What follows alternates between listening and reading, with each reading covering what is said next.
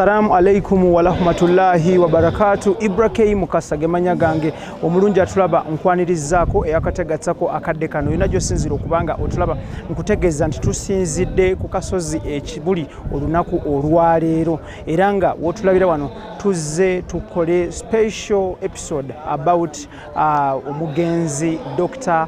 Anas Kalisa era nga wotulabira wano ye namungi w'omuntu asobodde okweyiwa wano okusaalira omwoyo gw'omugenzi. Ennaku z'omwezi jo zabadde ennaku z'omwezi 5 era nga omugenzi ono Dr. Anas Kalisa lwe yavudde mu bulamu bw'ensi. Amawulire gatandise okuyitingana essaawa zabadde 11 ku 12 ez'olweggulo olunaku lwajjo. Amawulire ago agatabadde malungi nga galaga nti omwami ono one of the celebrated Muslim scholar avudde mu bulamu bw'ensi eno. Era nga wotulabira wano family nga kwotadde n'obusiraamu mu ggwanga Uganda bwasazeewo baleete omulambo gwe wano bamusaalire era nga bwava wano bagenda kubanga bagenda ekibuli ku masigidi era nawo bamusaalire. Tuteebwamu ssente aba Sun Cargo Shipping Company abasangibwa awo ku Arua Park ekizimbe ekimanyiddwa nga Fortune Plaza GF07 office number.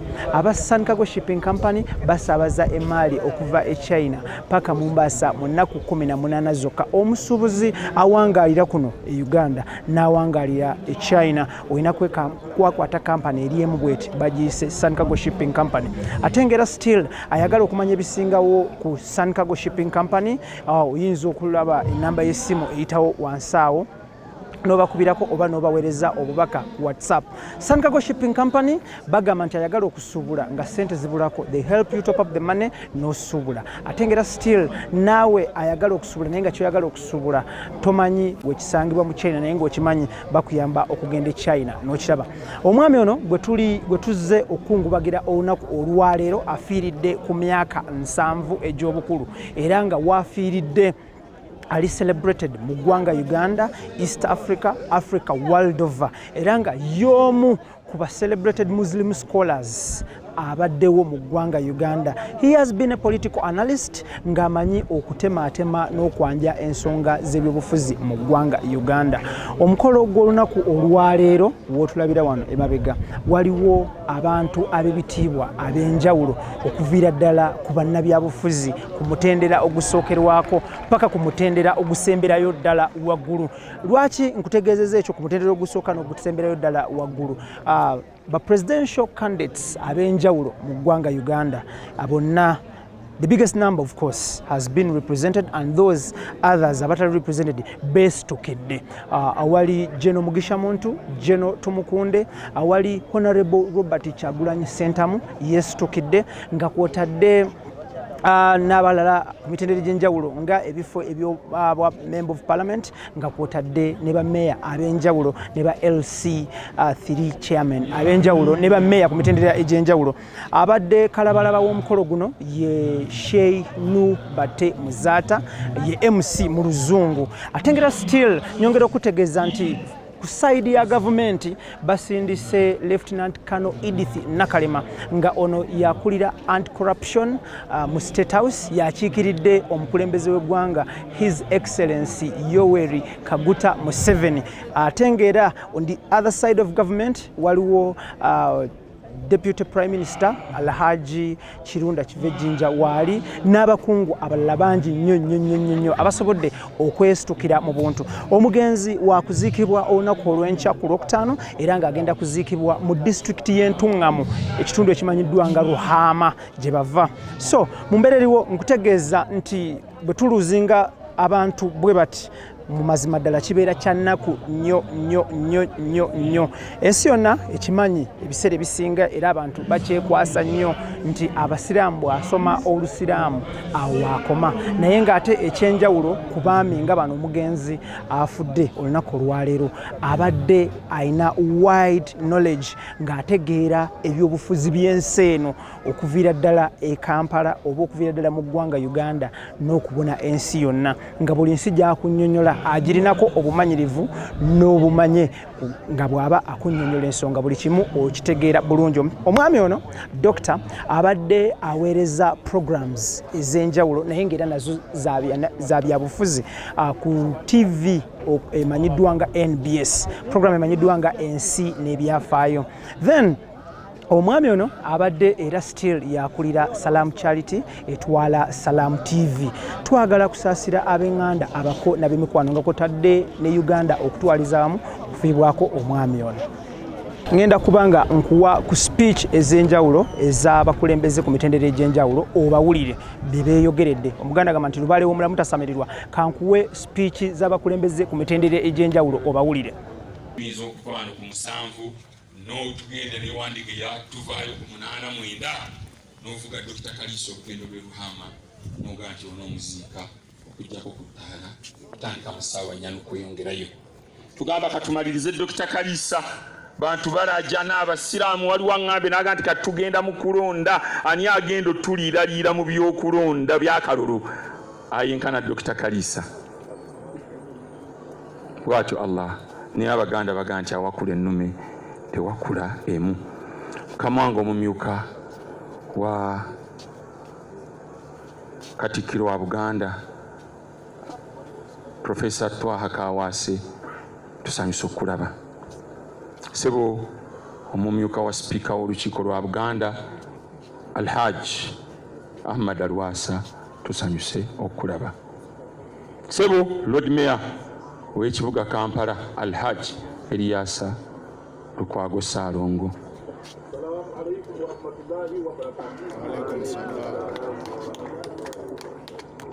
Munzikirize Mukama wange embuga okutegeeza nti Mukama waffe Vice Chairman w'ekibiina ekiri mu buyinza Alhaji Moses Kigongo Mukama wange yatuuse ssaawa nga 2 emabega eziise. Mukama waffe tola ku salaamu embuga akakasize ddala nti w'oli. Wa alaikum salamu wa rahmatullahi wa barakatuh wa inna ilayhi raji'un. Alhamdulillah. You have a name to protect, you have a brand to protect. Olw'emikwano Dr. Kalisa yatuuzizza abo abasajja abo basenkagala awe mulaba ba presidential candidate ba competing against each other naye bwabatuuzizzaawo ne batuula as if they are one. Bagambye ku luno katutuule tuna competing olulala naye olwa Dr. Kalisa baabo basatu ba general 2 ne Kyagulanyi. Emikwano Sheikh abadde wa bonna all political spheres.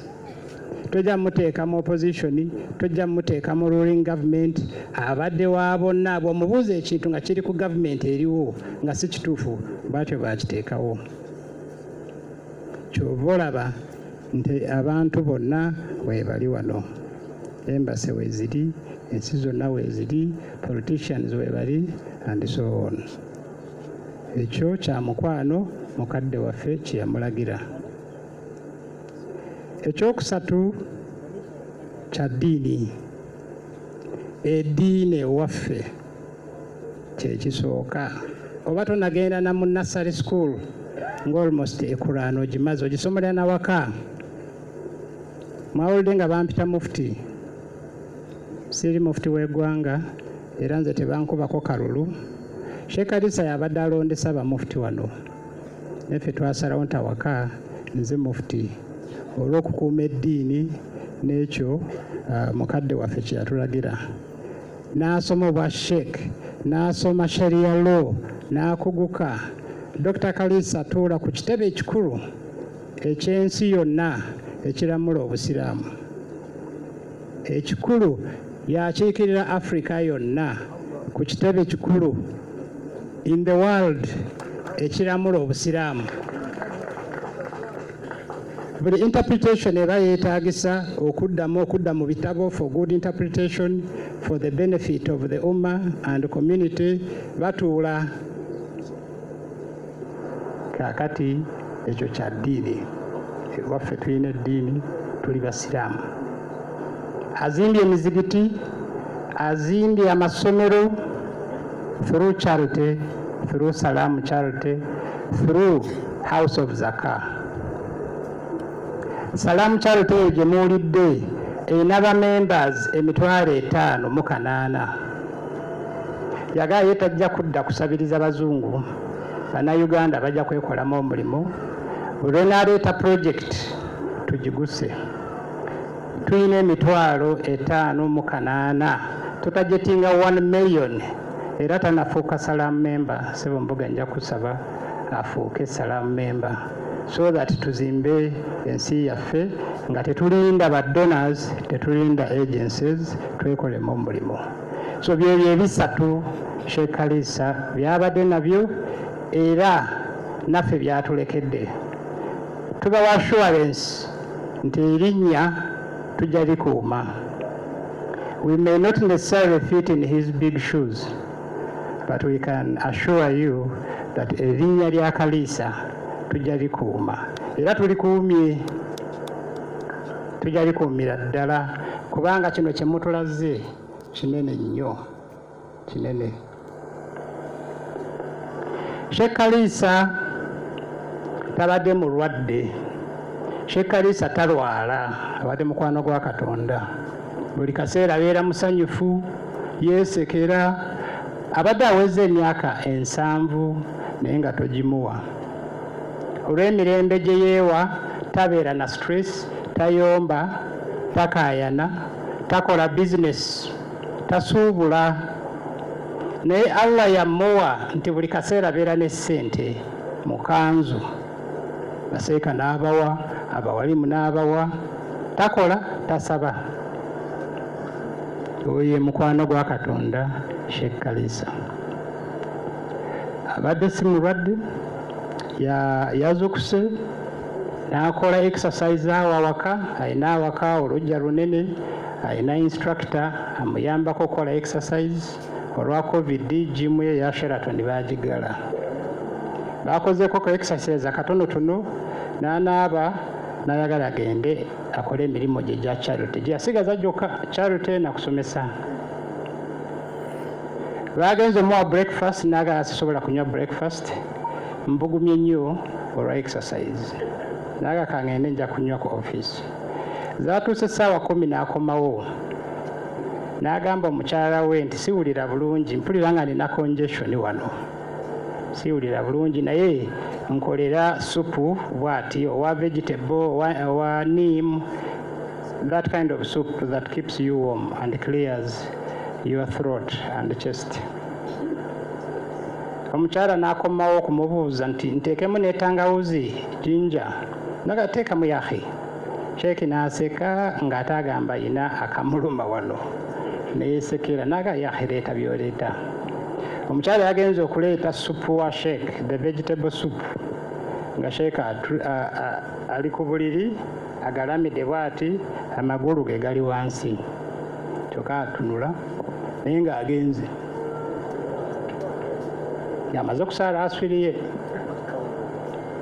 Bw'atyo mukwano gwammwe Ssaabasomesa Professor Dr. Sheikh Anas Kalisa n'atulekawo. Inna lillahi wa inna ilaihi rajiun. Tubeebaza nnyo nnyo nnyo olw'omukwano guno. Era ne tubasaba nti omukwano guno gusigalewo. Naffe weetuli Kalisa tukyali. Tubagambye nti twali 18 naye katukendedde tuli 13. Naye ng'abali wano abasinga bemumanyi nga Haji Abdul Karim Kalisa owa Salam TV ne Salam Charity.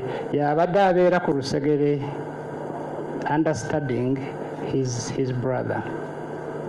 Then muto waffe Dr. Ken Kalisa mwena mumanyi bulungi owa NBS Next Media agasize n'ensi so much that I can't explain. Omukwano tubasaba mugusigaze. Naffe tujja baagala, we shall return the favor. ne tusaba olw'okuba sheeka afudde essaawa 11 ne tumuleeta mu ddwaliro 12 tumuleeta mu ddwaliro ne tumukolako ne tumutereeza ne tubasaba Mboga era n'akkiriza tumusaalire wano abatasobola genda Ruhama ffe tuveeyo Ruhama all the way from Ruhama era Dr. Kalisa Java yasomera awo ekyamate abakulu abo bamanyiyo asoma ne President Museveni gye yava ate n'agenda mu byeddiini n'abimala nadda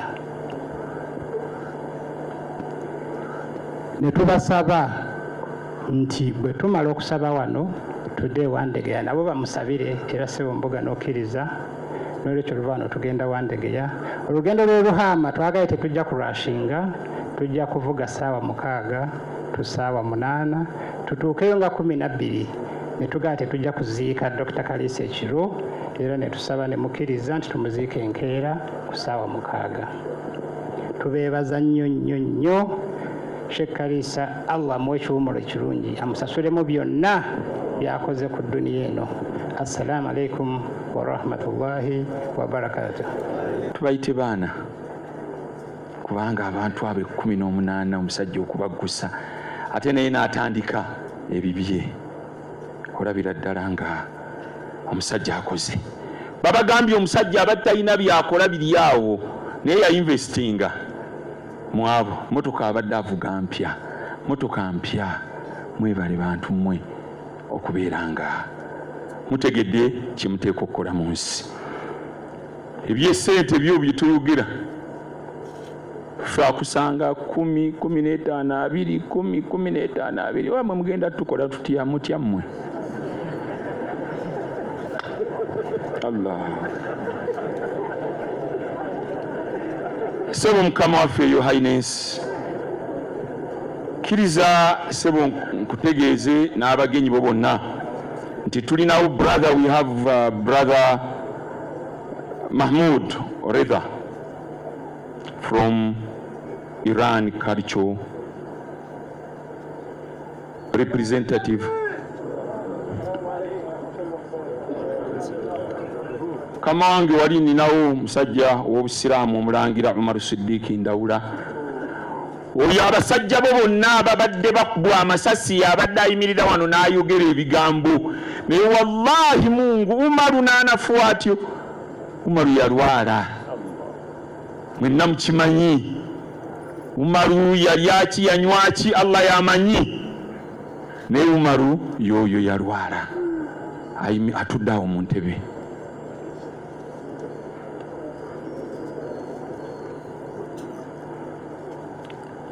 Mukama wange mpozi waliwo Lieutenant Kano onarebu tumukunde muntu ale mpola wano wenzija wammwe nyinza okutaba okusobya jeno mugisha ono Lieutenant Kano Edith Nakalema ono nga ye head State House ow'ekitongole ekiyitibwa Anti-Corruption Unity kati gunjagaza kyo kuntunuza mu kamera oli gwe twogedde gummanyi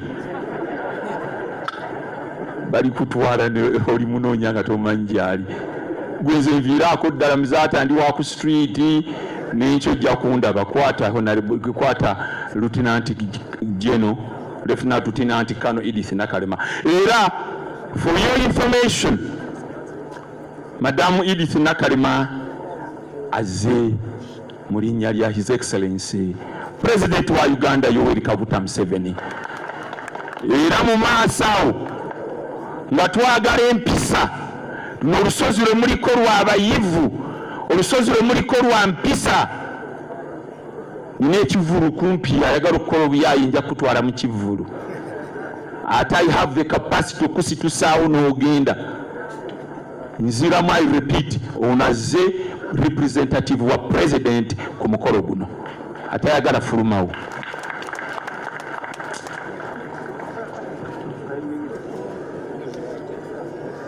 Naam ebyo si byange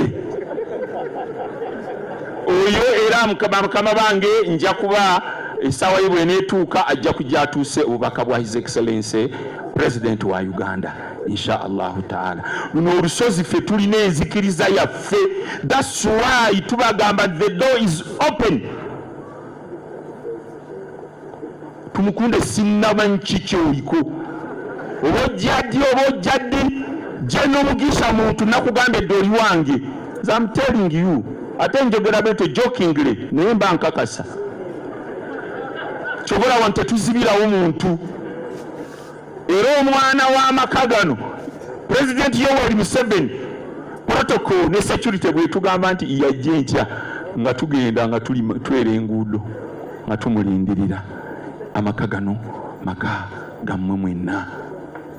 Njagala nkuliseeyo Honorable Robert Kyagulanyi kulikayo kubanga wajja n'okiika embuga.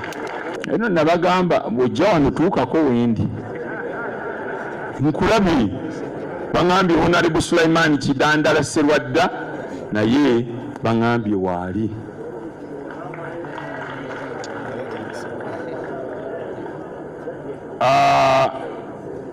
Nsala mukkirize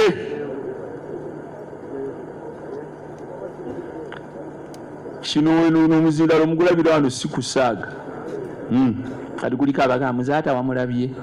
Nenze mundabe, that is me. Yinze muzaata. Naye nga bwe mbagambye njagala kusaba Honorable General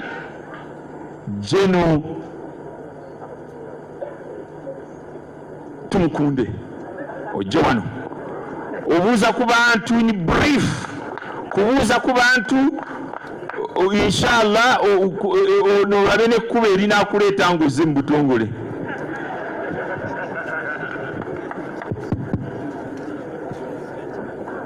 Oweekitiibwa Mukama w'Obusiraamu Mwami Kakungulu,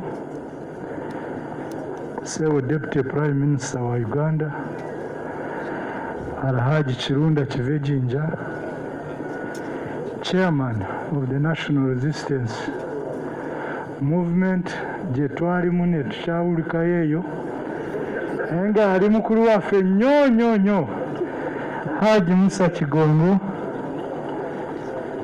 ba presidential candidates Major General Mugisha Muntu, Omwami Kyagulanyi,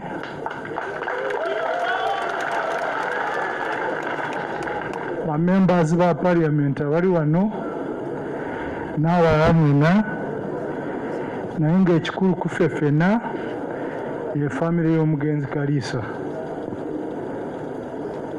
Ng'emikisa yange bwekola bulijjo abo baluganda bange ndowooza wawulidde Muhammad Gampita mukulu mune. Ebyange bya bujulizi sijja kubyogerako nnyo, ekyo kimala. Nze nzize kuziika Mwami Kaliisa oba kumusabirako Professor Dr. Kaliisa lwakuba yali mukwano gwange ng'omuntu ate nga njogerako bulungi. Manyi waliwo bibiri, waliwo nkwagalira wabbali, waliwo nkwogerako bulungi. Sheikh Muzaata wangambye nti sikyala Kibuli, nze Kibuli nabeerayo nnyo emyaka egyo. Ebyange bya bujulizi bw'oba njagala kujja kwongeramu giya nja kujja, naye wano mpamanyi nnyo munda n'ebweru. Kanjogere ebintu bisatu ku Mwami Kaliisa. Dr. Kaliisa, Professor Kaliisa. Ekyokusooka yali musome. Omanyi waliwo okusoma, waliwo n'okusoma. Yali musome nga yasoma nnyo ekimala, ate nga bye yasoma abikozesa bulungi. Ssebo Mbuga weebale kutendeka, nze sirabangako omuntu eyali alina a straight path of thought ngeya Professor Kaliisa. I admired him myself. Abantu bangi bw'oyogera bingi oteera kukola ensobi, naye Professor sijjukirangako ng'akola mu nsobi yonna, ne ku TV newa nga muntu mutereevu nga mulambulukufu.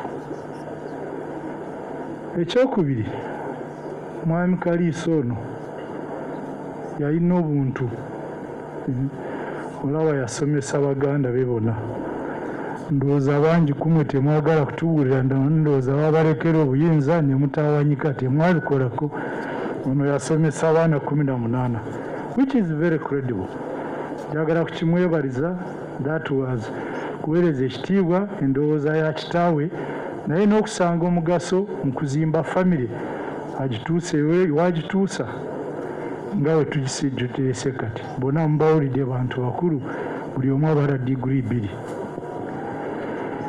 ekyokusatu bw'oba oli musiraamu beera omusiraamu bw'oba oli musiraamu beera omusiraamu naffe abawabbali especially ngaffe abalina kyetukimanyiiko tumanyi nti oli musiraamu mutereevu ndowooza nakyo yakituukiriza nnyo nnyo mu njogera ye ng'ayogera n'owulira nti kwe musajja musiraamu ebirala nja kuddamu sheekh muzata nze emirimu gino gye nkoledde Uganda walimu n'ebyalinamu abasiraamu ndowooza nabitereeza bulungi tolina kyomanja nnyo nnyo nnyo nnyo fakti saagala kwesa ennaku zino naye abanyankole bagamba mutuuleeyo mulongoole wakuwa omuddiza n'olwaleero saagala kukyogerako kanjogere ku birala ekirala banange amateeka fe abajja tujja kukola kusinga nga bwe kiri ate ebyange bya bujulizi nze bwemba nkyogedde nkikola omanyi mpulira mugamba nti buli omu ayagala bukulu naye wali obukulu n'obusobozi ate n'okukyogera n'okikola nze ekyo kyeneebalako ennyo ekisembayo ono yekyeramaani w'ekibinja kyange kyentagala kwogera wano tuli mu kuziika Sheikh Omar Kalinge Nyago ebyange ndowooza byeyogerako alhamdulillah mwebale nnyo mwebale obubaka mbuulidde n'ensonga ze yagambye ebirala inshallah luli wajja ng'ababeera ku muzindaalo guno waliwo bashehe Kamoga waliwo bakama baffe abo baafa akati ffe tuguliko naffe twagala tukumanye komawo muzikirize mbaleetere Jeno Gerigori Mugisha Muntu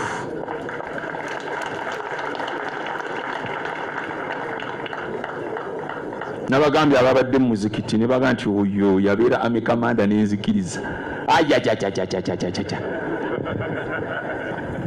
Assalamu alaikum ma'atullahi wa barakatuh. Inna lillahi wa inna ilaihi rajiun.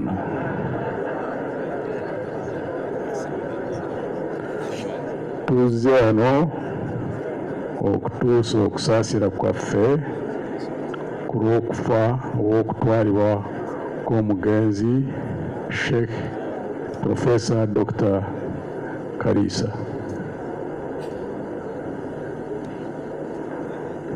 Waliko ekintu kikulu kye yabagamba Muhammad Lekin n'abooluganda n'abagamba nti mukuume erinnya nti anaawulira nti erinnya limuzitowalidde alidde ekintu kyerinnya kintu kikulu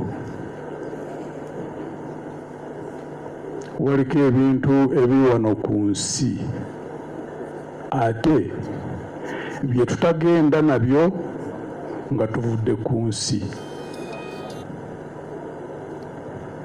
ekyennaku bye bituleetera ebizibu ku nsi ate ebintu bye tutakola ki bye tutagenda nabyo amayumba ngaago emmotoka ng'ezo n'ebintu ebirala eby'oku nsi emmotoka ezo zemulaba ze tuvuga efuna accident ennyumba esobola okujja ate n'obizzaawo katonda bw'aba akuwadde obusobozi naye ekintu ky'osuula oba ne kikuvaako ne kikubeera ekigumu okuzzaawo ly'erinnya. Tukole ebintu ebituufu, ebintu eby'obwenkanya, kubanga sheekh ekyo ekikweraliikiriza kuba butabawo bwenkanya mu nsi muno. Olunaku lwe tunaabeera ne kalica ey'obwenkanya, oba ani aliwo naye ne kubaako obwenkanya, ab'amadiini ab'eŋŋanda tebajja kukola ki? Kwemulugunya, kubanga obwenkanya bwe bukola ki? Bwe buteekako eddembe okumanya nti ono omusiraamu oba muprotestanti oba munyakatogi olina ebisaanyizo ofuna ky'oyagala.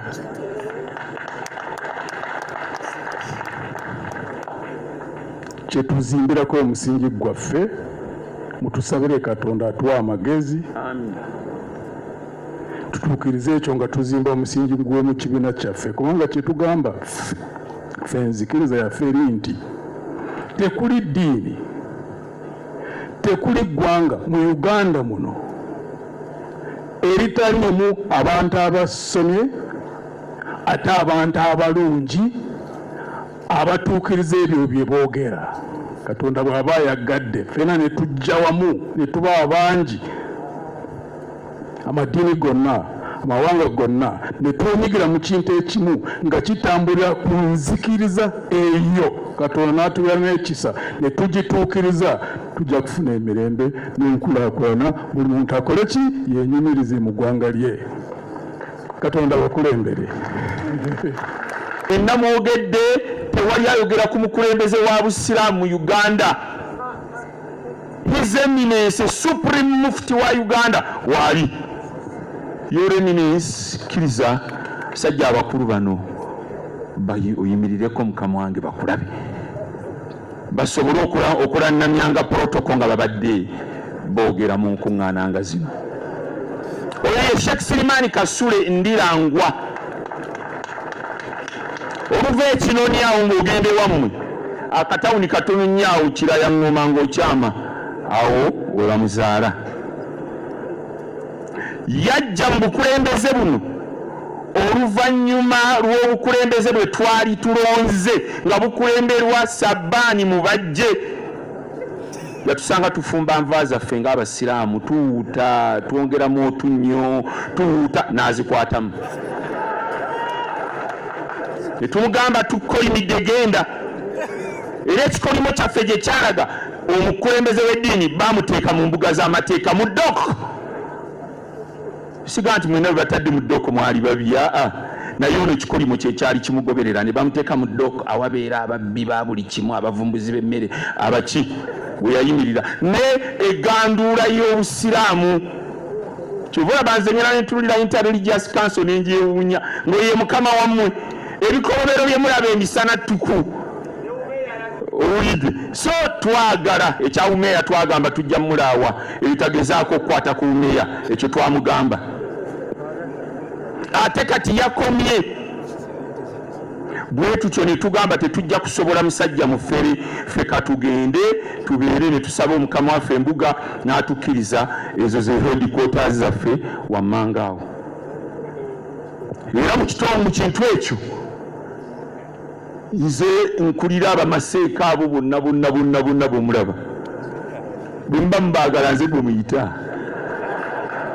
Bw'onoyita gw'oyita ng'ali mulina babiri, ekyo ekyammwe kikutukira eyo, onoba tonna tulaba. Nze spokesperson mu ofiisi ya Mukama waffe oyo, nze PRO mu ofiisi ya Mukama waffe, imaamu w'abayimaamu era yenze. Kasozi erina kyowakana, kati njagala otandika okunnoonya ng'onoonyeza mu ezo olunaku olwali mumanye nti onoonyeza PRO, ekyaja ng'onoonya imaamu w'abayimaamu. Kasozi gwolowooza nti onaayogera bwogezi bigambo eyo makindi n'oyitayo, tojja kuyitayo ssebulu, jangu owulire nkukwateko mu mutwe tutambule olugendo insha Allah. So bwe tutyo ne tugaana, omusango gwagenda mu mbuga z'amateeka ne bagamba nti yali yeegaana emyaka gyonna tatundanga bya Busiraamu, naye abalamuzi bakikakasa nti yatunda ebintu properties z'Obusiraamu. takomanga nakati akyatunda era mwamuwulidde audio ka video kabadde katambula nga mukalu wallahi yaguma nali ntya ninga abaana bano bakifeesi nobbe essimu leero ne bakuba ne bakujjako eriiso jo nobbe ekirala ne bakuba enyindo ne bagiteekako jo nobbe aba yaguba kati noono mubajje yaguba era kyobula yaga nti atize ebyo ebyokumpita omubbi si kyabitya naye yawaayiriza kino kigende ku record yawaayiriza honorable kuteesa tatwalanga faamu yaffe esembabule mubajje yagiguza omuvubuka bamuyita Justice alina woteeri eryantonde gwe yagiguza kati Justice amugamba njagala ttaka lyange linnamu gye mwanguza kakati mubajje bano abalimu mutabani wa honorable kuteesa mukoddomi we bampangisa emyaka 15 abuzaako emyaka 6 gigweko 25% bagitwalira mu bajje n'agirya kakati neza Justice yazirya wallahi ogumye naye abantu be bananyiiga bajja kukubawo embeeyi eyokubiri ebintu twabikoye era kyobula twasalawo ne tugamba nti please tetukyayagala kutagala lakum dinukum waliya dini either you are with them or you are with us kyekyo kyetwagamba situwagala kuyimirira otagala tujja kukuba amakuuli genda obeere n'ababbi banno jangu obeere naffe obeere nga tolina ssente naye nga tobbye oba oyagala mubajje genda omuntu aguma naga nti ebyo tewali akyakolera nze naguma nanywera abali wano nga munnammwe yoyo munnammwe so ffe ne tumuvaako ne tujja ne tulonda Supreme Mufti Sheikh Sirimani Kasule Ndirangwa emukulembeze waffe nzikirize kaseera kano nga bwe tugenda mangu mpite mukama waffe omulodi wa Kampala Lord Mayor wa Kampala Alhaji Elias Lukwago mukama mukasanze kojja otuula nkulagidde kojja agambye tuula wansi musonyiwe mutabani tuula wansi nekye mwandi nkoze nga nva wano mungu kyalibadde kyamaniya muzikirize ndeete member of parliament owa Kyadondo East Honorable Robert Kyagulanyi Ssentamu naye simuleetera mu kapasite eyo yaba member ba parliament wabula muleeta ng'eyagenda okwesimbawo kuba pulezidenti n'abaani ne baganda be bwe bali mu kiko ekimu kama wange tafadhali mashukura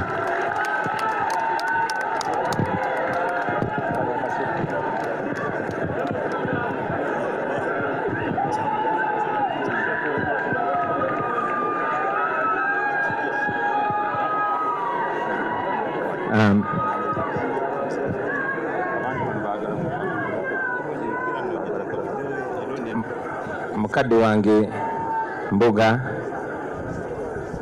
jjajjaffe jjajja w'Obusiraamu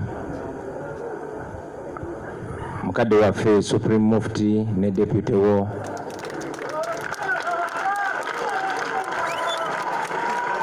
abakulembeze ab'eddiini mwenna bakulembeze bannange ababaka ba parliament n'abo abagyegwanyiza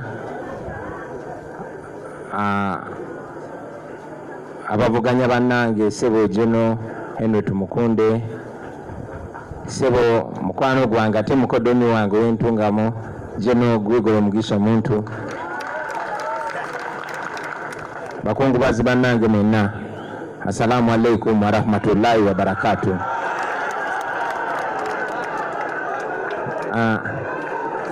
Ku saidi wano nina mukwano gwange Kamusaba Sembereko omwami ono bamuyita Twaha Ali Buken naife kubanga munubi twamukazaako Nubian Ali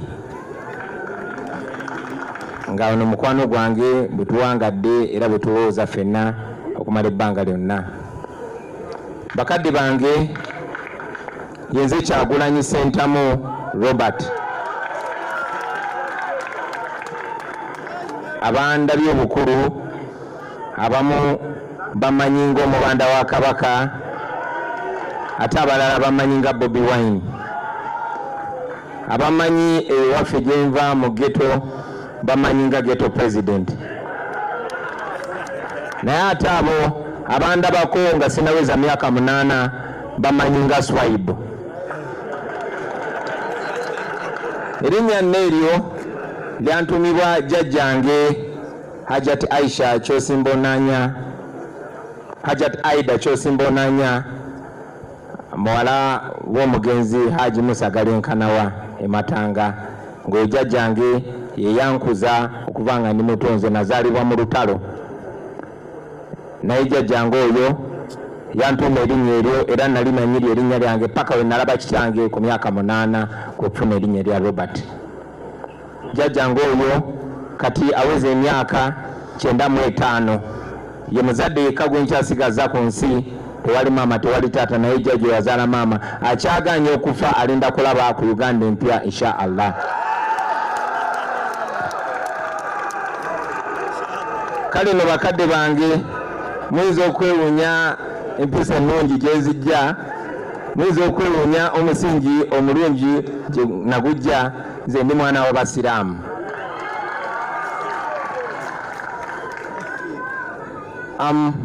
Njagala okusooka okubagiza muganda wange ate mukwano gwange King Kalisa ne family yonna okufiibwako omuntu omugundiivu bw'atyo, naye era ffenna tukungubaga kubanga tufiiriddwa omuntu w'enjawulo, Dr. Kalisa.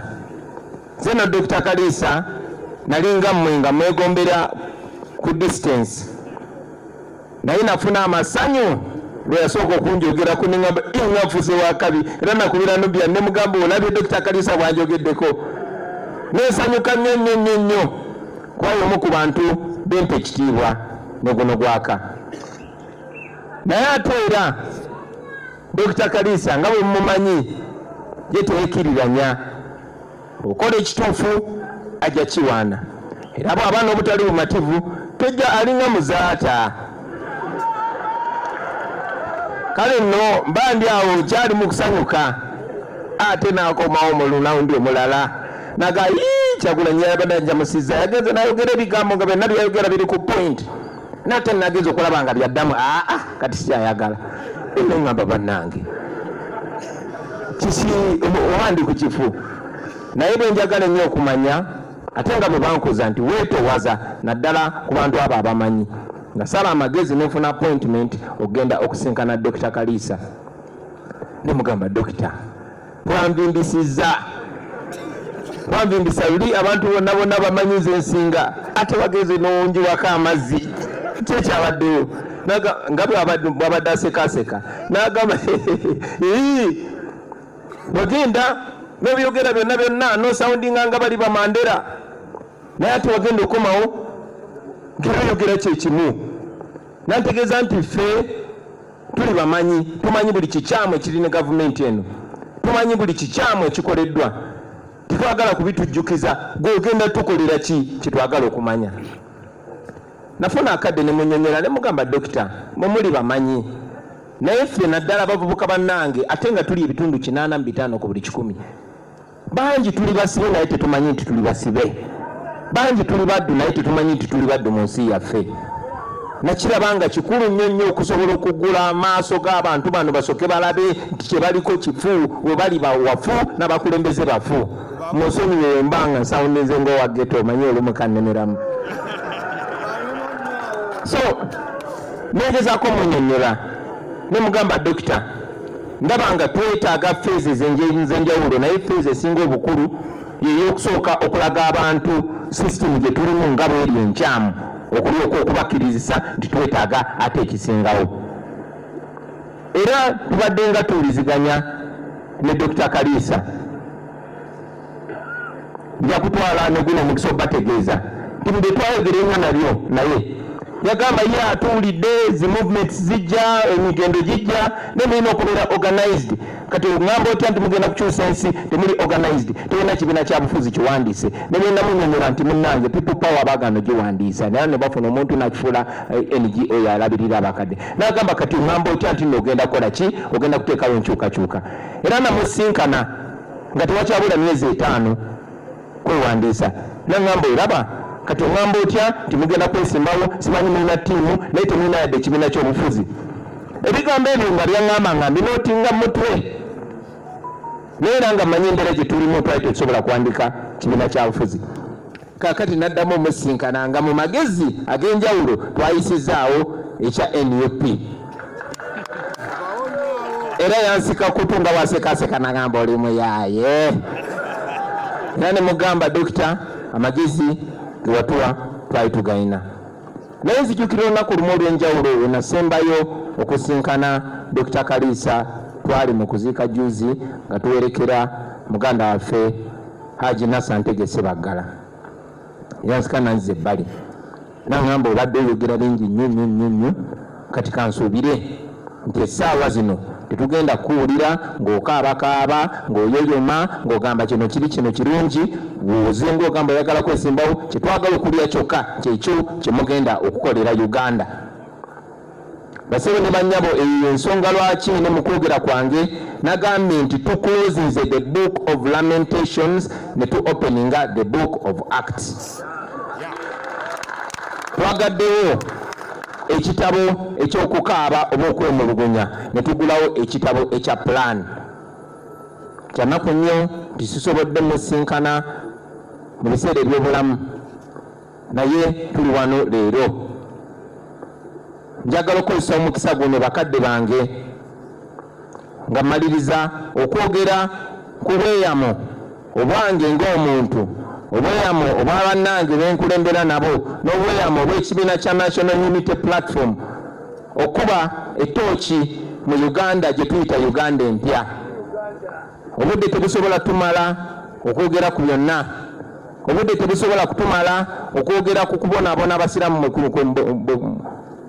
kwe bayiseemu oba kwe bakyagenda maaso n'okuyitamu naye njagala kukozesa mukisa guno okweyama mu maaso g'ombuga jjajjaffe jjajja w'obusiraamu okweyama nga tuli wano ku lusozi olukulu olw'abasiraamu mu Uganda okweyama eri abasiraamu abali wano abasiraamu abali mu bitundu bya Uganda ebyenjawulo n'abasiraamu abannayuganda beetoolodde ensi yonna abo abasiraamu bajjajjange bakojjange bakojja Kusaini bakojja Isima bakojja Faruku nti nga ndi pulezidenti w'eggwanga lino wagenda kubaawo obwenkanya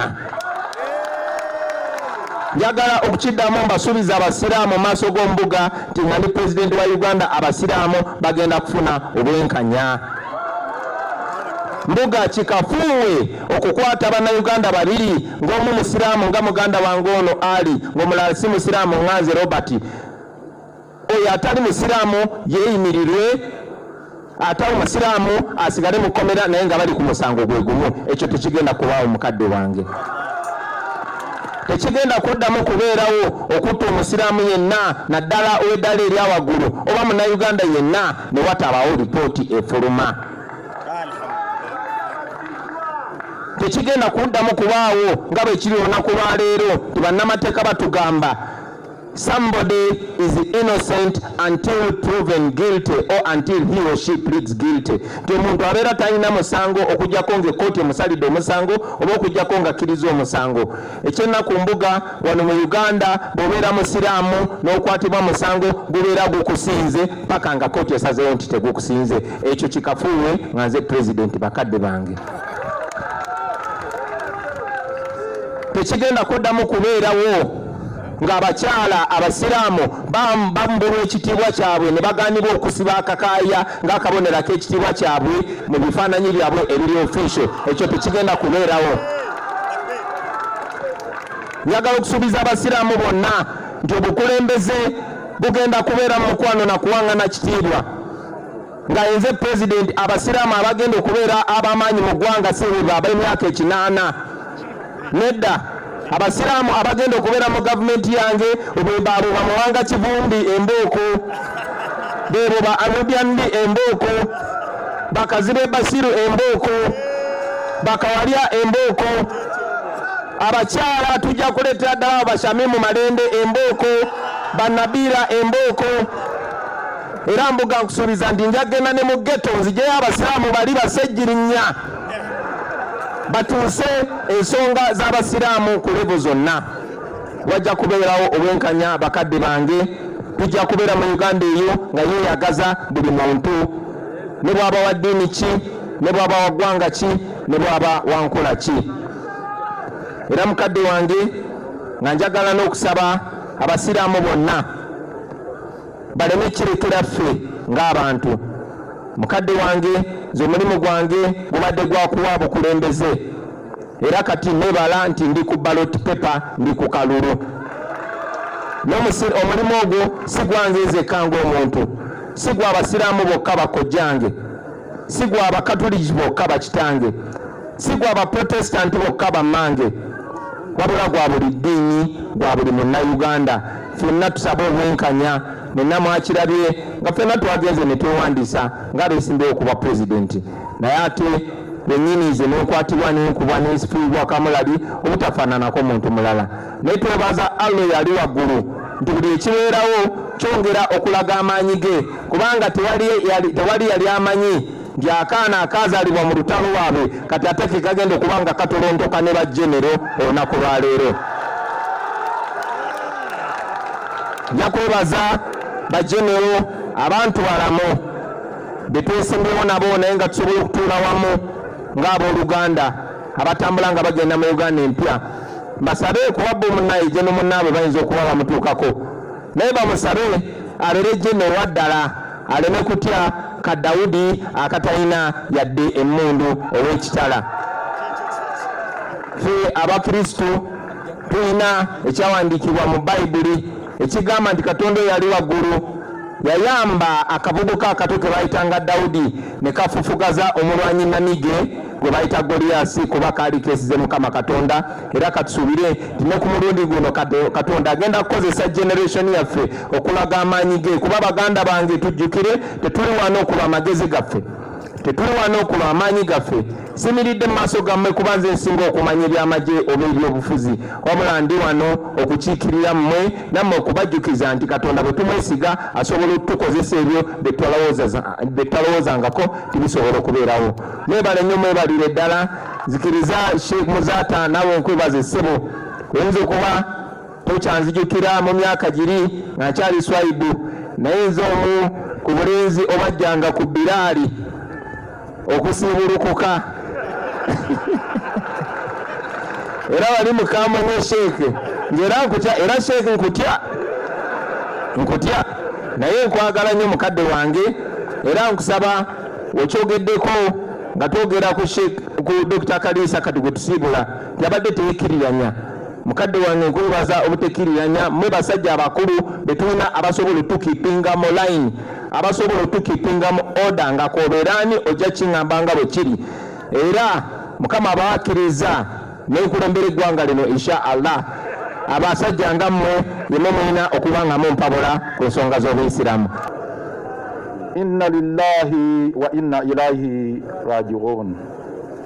Sebo mukadde waffe Mbuga jjajjaffe Kasozi kano ak'ebyafaayo n'omulangira Kalifan n'abalangira abaliwo mwenna, sebo mukadde waffe Supreme Mufti n'abamyuka bo abali wano, bakadde baffe bamashe abakulembeddwamu Sheikh Mukulu mukadde waffe Lunanoba wamu ne akulira bamashe mukadde waffe Sheikh Muzaata nga kojjange owenjovu mamange oba mange amusore omanya abebuddu bwe tutyo, basebo ba presidential candidates General Mugisha Muntu, General Tumukunde ne muganange Honorable Robert Kyagulanyi Sentamu, ba member ba parliament abali wano muli bangi abakulembeddwamu Sheikh Atram nga ye abakulembera ne Honorable Semuju nga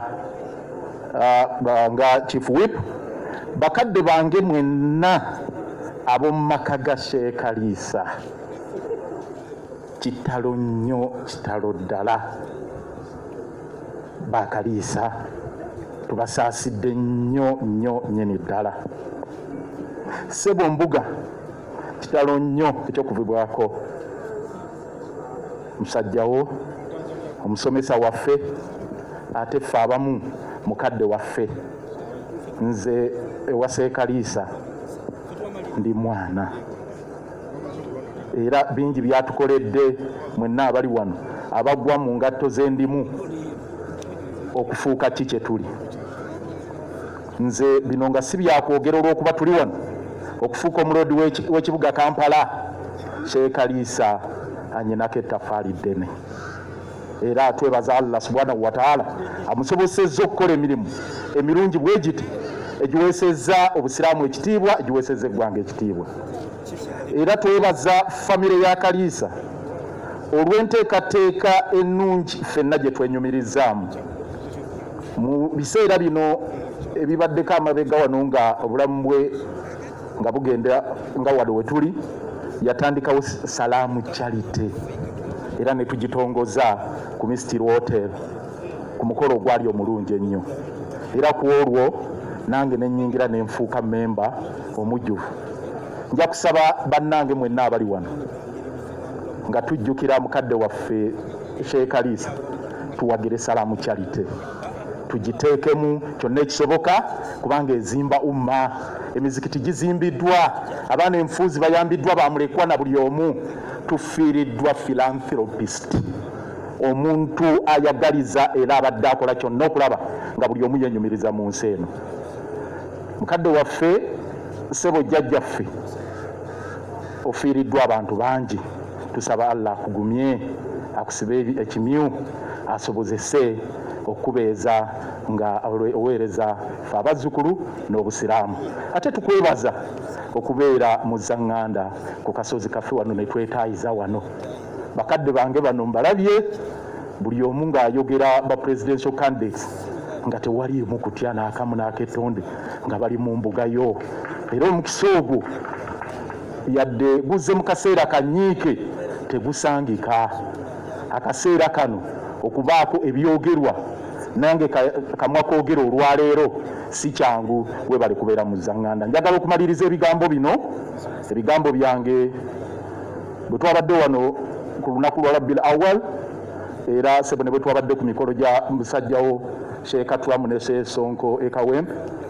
Eggwanga twasabye buli omu aliwe edduwa, edduwa etutaasa okuyita wano we tuli. Kuno tetuli mu kulonda, luno lutalo, era ababaddemu akabuusabuusa mwalabye ekyabaddewo. Luno lutalo, era ffe abamu tukola kyonna ekisoboka wansi w'enjuba, era emirimu gye tukola bajjendo bano bagimanyi, Honorable Kyagulanyi agimanyi n'abakulembeze abalala, egy'okulaba nti tuve mu kulowooza nti tuvuganya. Tuli mu lutalo. Okuvuganya okw'ebyobufuzi kwe kulinga okuli Amerika. Abasajja beweereza ebigambo. Musajja Trump alina ebigambo nga obiwulira, kawandula bigambo. Oli Biden taleeta bingi naye n'aleeta. Kaakati we bukeereddwa olwaleero nga bamutwala ng'alaaja naye ali mu ntebe, yasobola okukomandinga amagye, naye agamba ŋŋenda mu kooti, Biden yanziba, obululu babubba. Naye yali mu ntebe, tasobola komandinga nti oyo Biden mu munone waali. Mukube emmotoka ye mujaase mumugyemu mumuze waka musibireyo. Era bwe wetaaba entaanya enetta amenvu, Trump yatumidde dda. Naye ng'ali mu ntebe era talina kyakkola. Omusajja amutwala talina na bigambo byayogera. Kakati oyo demokrasi gwe twaliyagadde wano. Tulabe mutabani wa Kaguta, mukadde wange kojjange, nga naye ali wali alaajana nti bannange ŋŋenda naye munzikirize kaŋŋende. Naye lunaku lwe baamutongoza mu kuwa speech byagenda okukolera eggwanga, nsonyiwa bino mbyogerera wano mu bbuga, sirina walala jjajja, sirina walala, nzikiriza ddakiika emu bbiri, nti bwe baamutongoza natunudde ku mande n'agamba mwe ŋŋenda kufaafaagana nammwe, ndaba omuntu yenna agenda n'atambula n'akuba campaign agenda n'akuba laale tugenda kufaafaagana candidate alaalika bakandidate banne nti ngenda bakuba ngenda kubasiba ngenda bakola kino okukuvuganya kwa nabaki era n'akituukiriza abalala batutte mu kuwandiisa nga tebalina ngatto abalala bajje mu mmotoka abalala bafuyidde ebikaka kaakati awo we tuli njagala okumaliriza ebigambo bino nga mbasaba ffenna we tuli eggwanga lyaffe tuliwedduwa sebo mukadde wange jjajja nzikiriza na kino nkiddemu bwe twabadde kyenayogedde nga tuli ewabasajja bo Katwamu ne Sesonga nti okulonda kuno nakugeraageranyiza n'enziika y'ekitabuliiki nga mugenda emagombe nti teri kuleeta talakini ne tahaliri oba talakaini oba nti mugende kasirise teri gamba nti la ilaha illallah la ilaha illallah wotandikira nga tiyagasa avaayo ng'emundu evaayo kabangali nga bazireeta kakati twebuuza tugenda mu kulonda kutya era kabe kasinge tebagambye nti kampeyini za ku Mande bagambye nti olina okuba laale y'abantu 7 Honorable Kyagulanyi General Tumukunde General Mugisha Muntu nkubamu akafaananyi wano ng'ovudde wano okiridde ekapera byongo o aleputongo ovuze oyiseemu ogenze ekisolo ng'olina okusanga abantu 7 oyogereremu bo oveeyo oddeeno Allah atutaase tuyite mu mbeera eno gye tulimu sinza kuva waggulu nga sikuloopera nti yadde tuli mu lutalo nze engabo y'abannakampala Ssebo Jjajja engabo y'abannakampala Kakongeko okukubo olutabaalo ndukutte mu kibuga omuloodi waali Ssaabasajja Kabaka Wangaale Ssebo mukadde waffe Shehe Kaliisa Abdul Anas Allah kumuze mirembe tusinkana ate ku lunaku lwahira buli omu ng'agenda kulamulwa byeyakola ku nsi kuno era Allah kusonyiwe byonna bye wakola ebikyamu byewakola mu butamanyi ne mu bugenderevu ate akutuweerejja na Firidausi. Assalaamu alaikum wa rahmatullahi wa barakatuh. Wa alaikum salaam. Nga tuli wano mu kitundu kyenkulembera okuba nti tuzze mu bungi bwe tuti okuwerekera mukadde waffe jjajjaffe nafuna omukisa muganda wange Ken yampita bwe tumala okunyumyamu nanga hajja nkutwala obuze ku mukadde wo twali byakunyumyamu eddakiika 2 naye twamala ndowooza essaawa nga 2 naye ebisinga bye twayogerako yali abuuza twasooka ne twogera ku mukadde wange Elias Lukwago ne Honorable Latif nga tuganga mwekutuddemu mulowooza we munajjanga we muzze ebifo bye mulina ebitono tebyabibatwaleko ne mugamba nti ekizibu ffe kye tulina ng'abasiraamu bwe tumala okugenda mu bifo byaffe eby'obukulembeze tulowooza tumaze nammwe temutuyita ne mutukumaakuma ne mutugambya ne mutushepingako naye buli agenda mu bukulembeze alowooza azimbye olwakoze eki akuze naŋŋamba ekyo bajja kukyogerako ne jjajjaffe tulabe tibwe tugenda mu bukulembeze ng'abasiraamu tubaako gye tudda ne batuwabula bwe tuba tukoze eki tukyamye njagala okutuusa okusaasira kwange nti muganda wange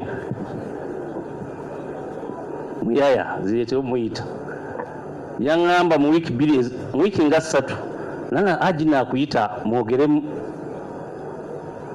nampita kusazalina jangu tulina akabuzi kaffe tugenda kayaawo eka jangu tunyumyemu ne muzeeyi twogere ku byobufuzi naye duniya netuuzaabuza nesisobola naye ntuusa okusaasira kwange eri famire nti Mukama Katonda yawa era yajjawo naye ekisinga obukulu mukadde waffe tumuyizeeko ki ekisobola okututambuza mu nsi eno nga ffenna tumujjukira ate nga naye atwenyumirizaamu balese ku duniya kuno. Jjajjaffe nga mmaliriza ebigambo byange, Sheikh Muzaata ono bigambo bye binyumira naye alina ebigambo byayogera ebitanyumira. Buli we tubeeranga wano terogamba ng'Abasiraamu tulekeraawo okusaba bannaffe, tulina kapasite nabo okutusaba. Tujja kubakolera, tujja kukola ki naye we tubeera twogera mazima tujja kusigala nga era bakulabe ki tujja kusobola okutuula nabo tulaba bakutuula nabo nga tukkaanya bukkaanya nga naffe tulina amaanyi ge tukoze eki naye tunaakoma batugira ebyo tujja kusigala nga tukola ki tulina obusobozi tulina okulaba nga naffe tusobola okukola ki okubeera pulezidenti b'eggwanga. Sheikh Muzaata agamba nti batuwa vice era n'aba n'ayitamu era bajja kutuwa bwa vice wati bagenda kuwa kifo kyabwe.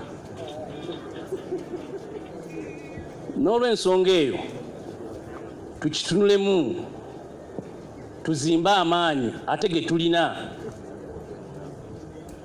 naffe awo benga tuwaga bagenda okwesimbawo nga naffe weetuli tukolagane nga tukolaganira ku level emu.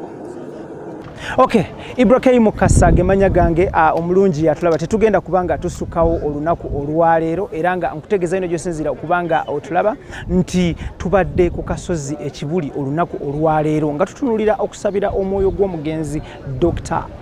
Anas Kalisa abadde political analyst atenga munnamawulire omuggumivu omugundivu ali informed ali credible and influential mu ggwanga Uganda. Tutugenda kuba tukawo olunaku olwaleero njagala obaza ttiimu gye ntambudde nayo. Daniel Mugo yalaja upon yourself, Idris Lukwago yalaja upon yourself, Tony Senabula yalaja upon yourself, then nebaze Sankago Shipping Company okututeekamu essente mwebale nnyo mwebalire ddala tusaasidde nnyo abooluganda abako n'ab'emikwano nga kwotadde ensi yaffe Uganda ne East Africa ne Africa okutwalizaamu okuvibwako omuntu ali so key and instrumental mu kumanya ensonga z'eby'obufuzi mu nsi yonna.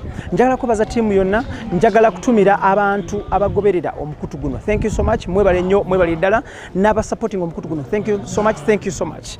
Then Sembyo Sankago Shipping Company mwebale kututeekamu ssente nga basangibwa ku Arrow Park ekizimbe ekimanyiddwa nga 14 Plaza GF07. Sankago basabaze mali okuva China paka Mombasa in only 18 solid working days. Wekwate Sankago omusubuzi. Then lastly njagala kwebaza abasubscribing naffe mwebale nnyo mwebalire ddala. Then Sembyo banywanyi bange abawangalira ebunaireeyo mwebale nnyo mwebalire ddala era nga nkugamba nti mubeere bulungi mweraba. See you next time. Tusaba omwoyo gw'omugenzi Omukama kisa agulamuze kisa amusonyiweko byonna ebyamusobako. Mbaagala nnyo mubeere bulungi mweraba.